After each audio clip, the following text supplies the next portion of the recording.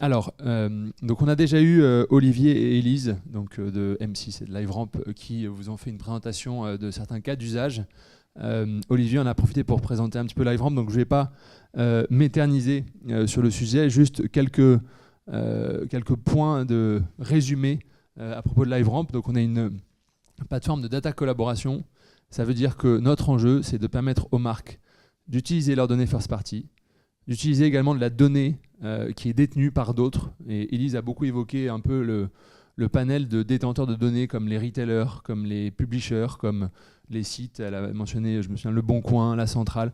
Donc tous ces acteurs qui sont des détenteurs de données intéressantes pour les marques, nous, on va les connecter.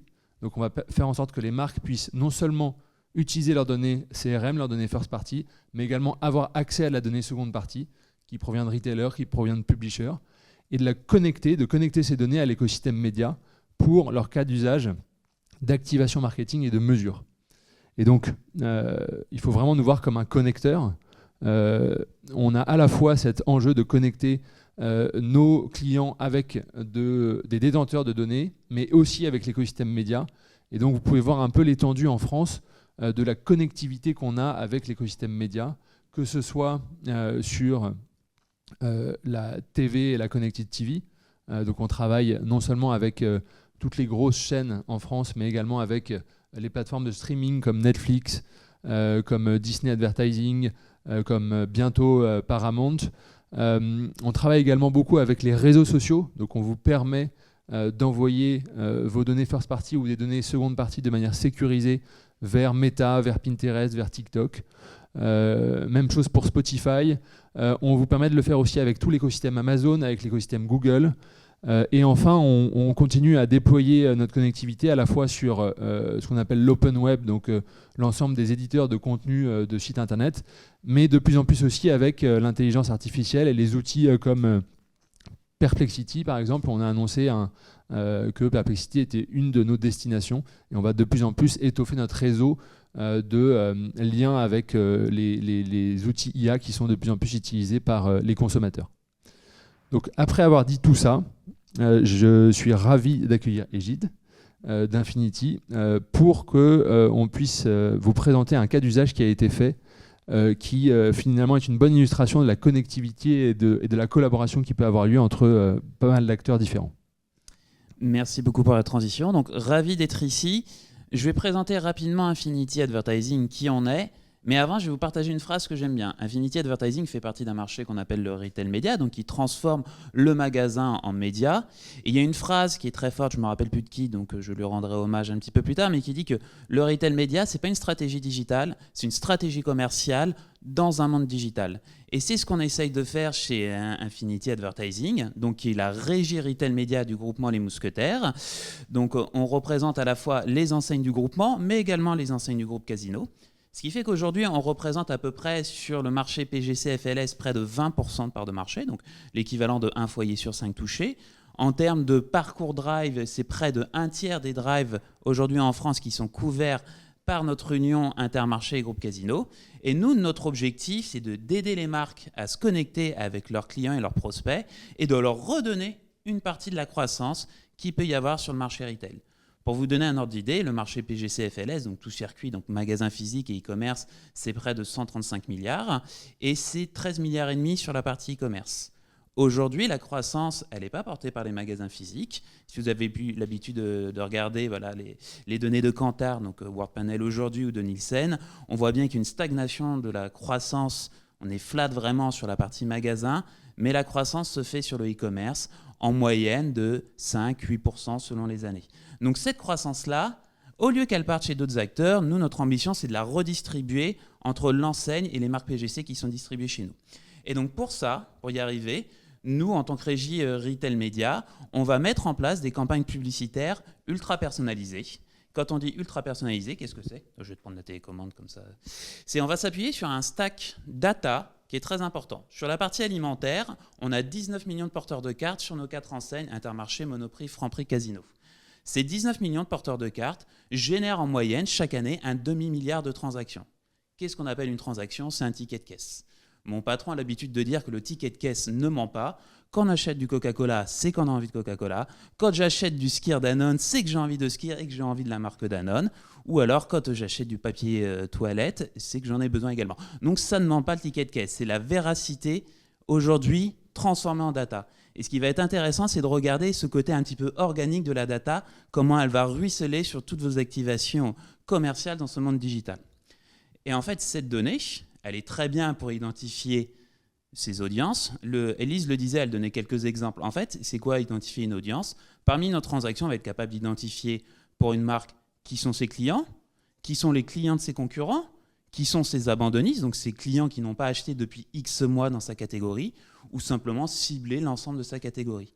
Et donc ça va permettre de mettre en place des stratégies digitales et de pouvoir les activer ensuite sur l'ensemble des leviers publicitaires qu'on verra après. Oh, désolé. Je n'ai pas retenu la leçon de la dernière fois, mon téléphone se met encore à sonner. Je suis navré. Et donc ça ne peut fonctionner pour vous, en tant que représentant de marque PGC, quand vous êtes capable de mettre un ROI derrière.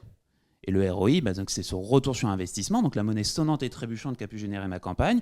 Et c'est un peu tout le use case qu'on va partager avec LiveRamp. C'est comment je vais mettre une valeur sur l'euro investi dans les campagnes médias opérées par Infinity Advertising. Et pour ça, vous n'allez pas nous croire sur parole. J'aimerais bien, mais ça ne fonctionne pas comme ça sur le marché. Aujourd'hui, on a décidé d'être un acteur qui est certifié par un tiers de confiance qui s'appelle le CESP. Je ne sais pas si vous connaissez, c'est le Centre d'études des supports publicitaires qui a monté un label qui s'appelle le e-Retail Data Trust à la demande du marché. Voilà, parce que c'est fait avec les associations interprofessionnelles, l'ILEC, l'UDA, l'Alliance Digitale, pour mettre une nomenclature de la mesure. Et donc, nous, on a cette certification. Donc, aujourd'hui, quand on vous donne une rentabilité suite à une campagne, il y a le tampon du CESP qui valide les chiffres qu'on donne. Et donc cette mesure, elle va pouvoir se faire sur différents leviers. Toutes les activations qu'on va pouvoir faire, on en a deux types. Alors, pardonnez-moi un petit peu le terme de notre marché, on a les activations off-site, donc tout ce qui se passe en dehors du site marchand de l'enseigne. Donc, c'est les activations en extension d'audience et on va vous présenter un cas. Donc, on va utiliser la donnée transactionnelle pour définir des segments et les cibler sur l'ensemble du web, donc des publishers premium et brand safe, mais également des plateformes sociales, dont TikTok, dont on va parler, et également les activations au moment de consommation des ménages, c'est-à-dire en plein cœur du site marchand, donc avec des espaces publicitaires. Et ça va nous permettre d'avoir une approche full funnel de nos activations digitales, donc de vraiment apporter une valeur sur la découverte du produit jusqu'à sa transaction finale.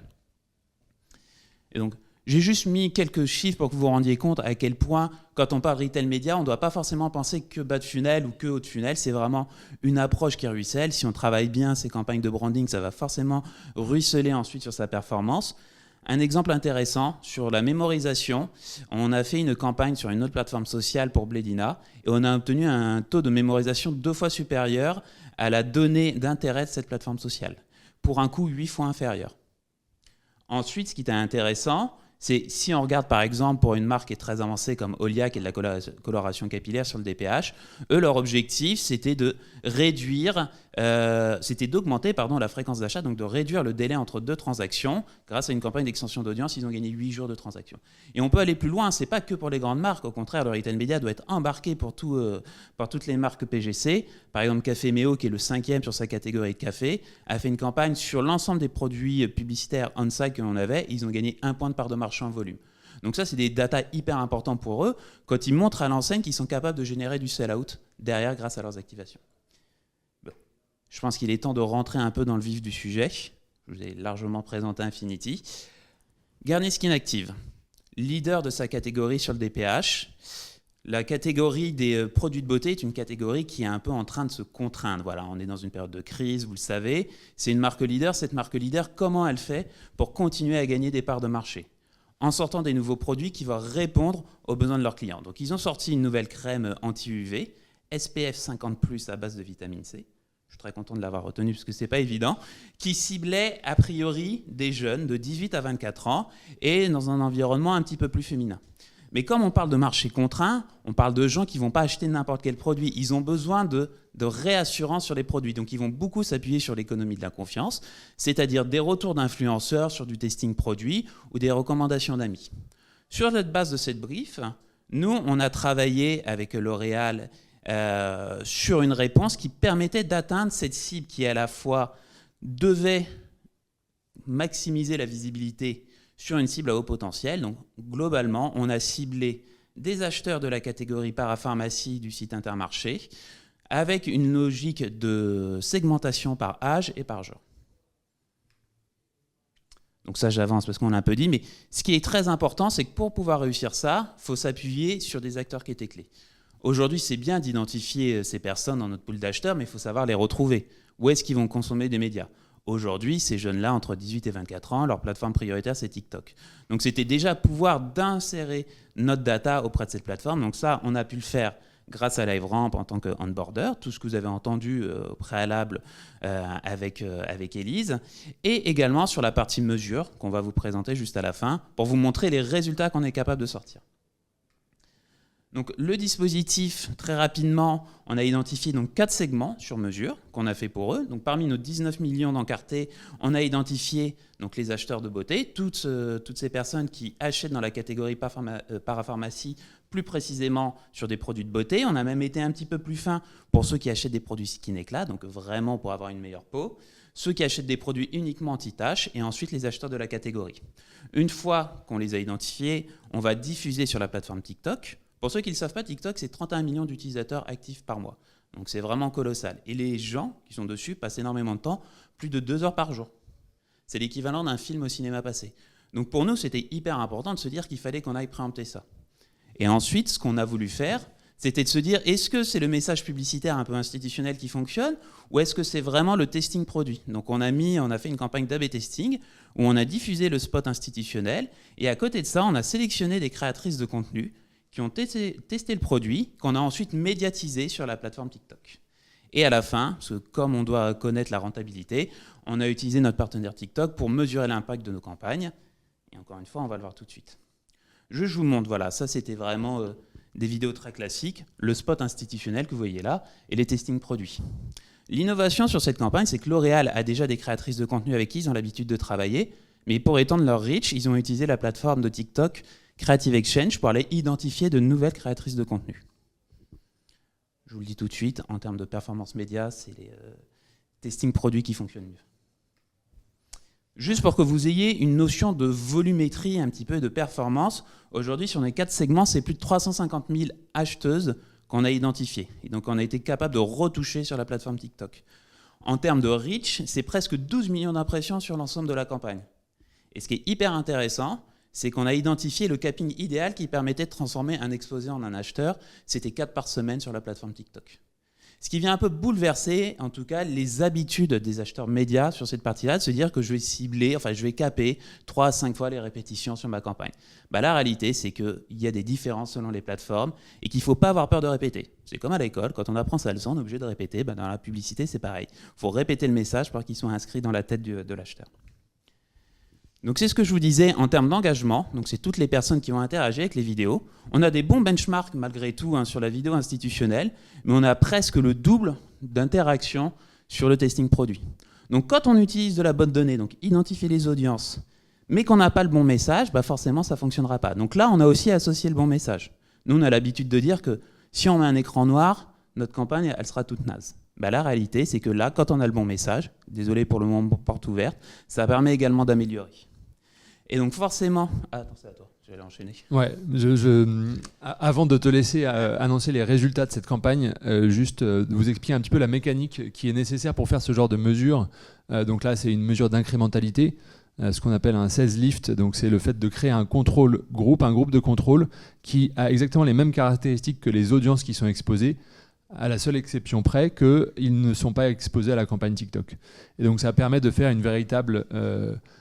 comparaison du comportement d'achat a posteriori entre ce groupe non exposé et toutes ces audiences exposées sur TikTok. Pour pouvoir réaliser cette analyse, il faut à la fois utiliser les données des personnes qui ont été exposées à la publicité sur TikTok, mais également de faire le lien avec les données d'achat en magasin.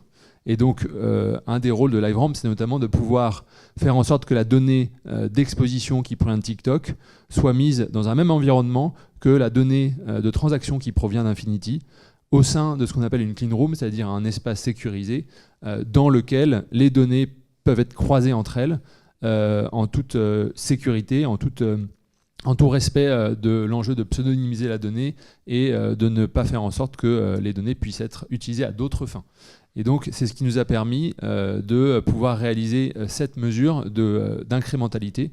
Et je vais laisser maintenant Égide présenter les résultats de la campagne. Et cette notion d'incrémentalité des résultats, elle est hyper pertinente, parce que bien évidemment, sur cette campagne de promotion de Gain et Skin Active, on n'était pas le seul levier activé. Ils ont fait de l'affichage extérieur, de l'événementiel, du YouTube, de la publicité à la télé. Et cette notion d'incrémentalité nous permet de vraiment mesurer l'impact de notre campagne derrière.